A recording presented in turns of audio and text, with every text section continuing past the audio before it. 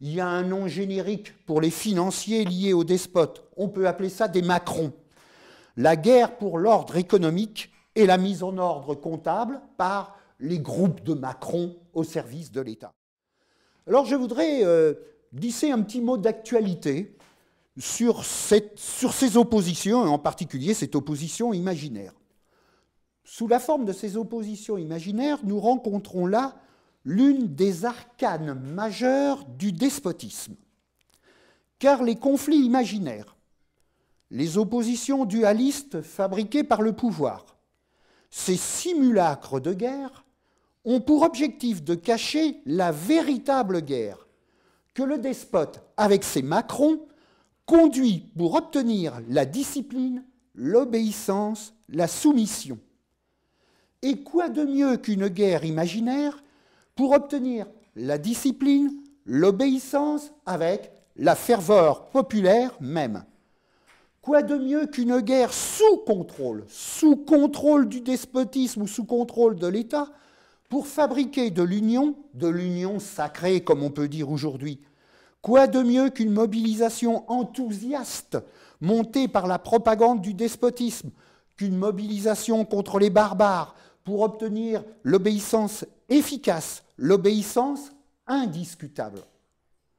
Non pas le modèle 1984 d'Orwell, qui est souvent réduit à quelque chose pour l'éducation morale et religieuse des collèges, monté contre un totalitarisme d'opérette. Non, mais plutôt le modèle de Philip Dick. Le modèle de Philip Dick de la vérité avant-dernière. Vous connaissez du reste ce modèle de la vérité avant-dernière. C'est un modèle absolument génial, dans lequel Philip Dick nous raconte l'histoire d'États despotiques qui sont censés faire la guerre et qui, pour censés faire la guerre, enterrent leur population pour les protéger des terroristes, des barbares, etc.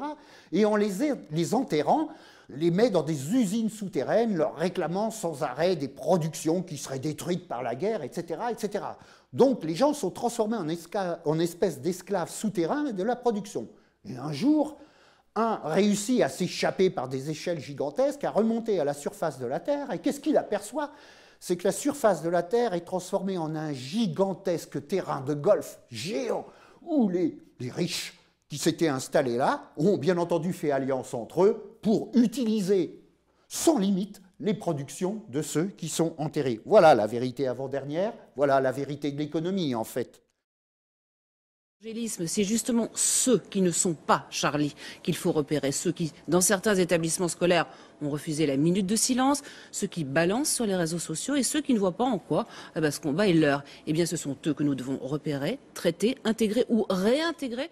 Dans le passé, Élise a noté qu'il n'y a eu aucune peur, on manifestait en famille avec les landaux et les poussettes. Et puis, on peut quand même noter que François Hollande, le président de la République, le plus impopulaire, le plus moqué de la 5e, eh bien, il a su se transformer en chef de la nation. Il a fait ce qu'il devait faire. Ce compliment est de Nicolas Sarkozy, je crois. Eh bien, Élise, c'est peut-être ça l'esprit du 11 janvier. Une grande construction mensongère pour piéger un enthousiasme inoccupé, pour cacher la guerre que le despote mène pour la mobilisation disciplinée, il faut inventer une guerre factice, un conflit théâtral. Par exemple, une guerre contre le terrorisme. Une guerre contre le terrorisme qui peut cacher la guerre que les financiers mènent avec le despote. Nous l'avons dit, il y a un nom générique pour les financiers liés aux despotes. On peut appeler ça des Macrons.